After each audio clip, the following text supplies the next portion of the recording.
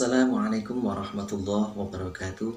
Alhamdulillah wa ni'matillah wa la hawla wa la quwwata illa billah, amma ba'd. Hadirin sahabat pintar mengaji dimanapun Anda berada, Alhamdulillah kita berjumpa kembali setelah kita menyelesaikan materi demi materi dari Iqra 1 sampai Iqra 6. Jumpa kita kali ini insyaallah kita akan mulai membahas tajwid, yang mana kita semua sama-sama pernah mendengar ada kata tajwid dan tahsin, di mana tajwid adalah sebuah teori untuk memperbaiki bacaan-bacaan Al-Quran sesuai kaidah yang berlaku, sementara tahsin adalah praktik daripada ilmu tajwid itu sendiri ke dalam Al-Quran. Itu pengertian secara sederhana. Nah, di sisi lain, mempelajari ilmu tajwid adalah sebuah kewajiban atau keharusan bagi setiap muslim. Oleh karena itu, materi yang insya Allah akan kita sajikan adalah materi dasar yang memang diperlukan oleh para sahabat pintar mengaji. Adapun kata materi dalam ilmu tajwid, kami menyebutnya dengan kata hukum. Dan insya Allah untuk tahap awal ini kita akan membahas 9 hukum dasar ilmu tajwid.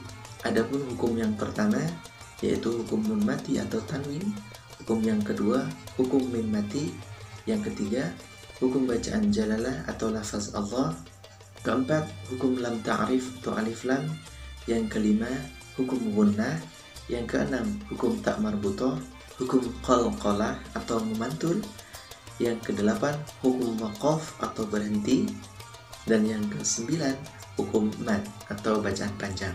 Dari 9 hukum tajwid tadi akan ada sub pembagian dari masing-masing hukum tersebut. Hukum nun mati atau tanwin ada 5 pembahasan. Yang pertama izhar halqi, kemudian idgham bi gunnah, idgham bila gunnah, iqlab, ikhfa. Pada hukum mim mati ada 3 sub pembahasan, ikhfa syafawi, idgham ma'al gunnah atau idgham mimi, dan izhar syafawi. Kemudian hukum lam jalalah atau lafaz Allah ada 2 sub pembahasan, yaitu tafkhim atau tebal, dan yang kedua tarkik atau tipis. Pada hukum lam ta'rif atau alif lam ada 2 sub pembahasan, yaitu alif lam qamariyah dan yang kedua alif lam syamsiyah. Pada hukum gunnah ada 2 sub pembahasan, mim bertasydid, yang kedua nun bertasydid. Hukum qalqalah ada 2. Yang pertama qalqalah sughra atau qalqalah kecil, yang kedua qalqalah kubra atau memantul besar. Berikutnya hukum waqaf, kita hanya membahas 6 saja waqaf dasar ya.